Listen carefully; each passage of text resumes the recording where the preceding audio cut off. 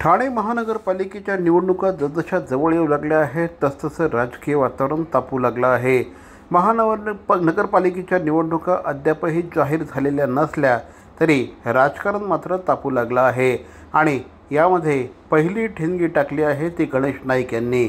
गणेश नाईक यांनी ठाणे शहरातील गडकरी रंगायतन येथे जनता दरबार सुरू करणार असल्याची घोषणा केली आहे।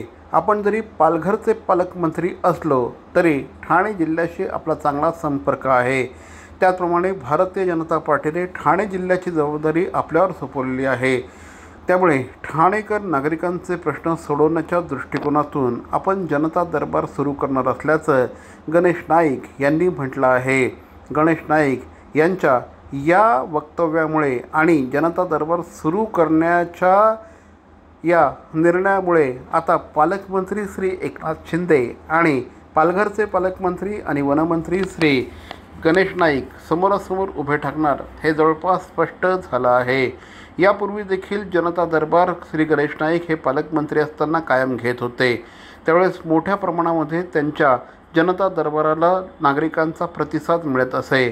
मात्र गेल्या काही वर्षांमध्ये ठाणे जिल्ह्यावर निर्विवाद वर्चस्व उपमुख्यमंत्री श्री एकनाथ शिंदे यांनी प्रस्थापित केलं आणि त्यानंतर गणेश नाईक हे नवी मुंबईपुरते मर्यादित राहिले होते। या कालावधीमध्ये नाईक आणि शिंदे संघर्ष देखील राज्याने बघितला होता।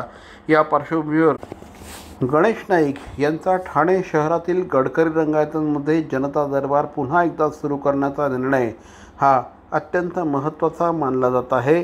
सध्या तरी 2 महिन्यातनं एकदा जनता दरबार घेण्याचा निर्णय पालघरचे पालकमंत्री आणि वनमंत्री श्री गणेश नाईक यांनी घेतला आहे। CP Goenka International School, nurturing talent at young age for scholastics, sports and performing arts in global perspective. Proud to have world toppers and country toppers in 10th standard Cambridge examinations. Ranked the best emerging school by the Times of India for personality over percentage. CP Goenka is the intelligent choice.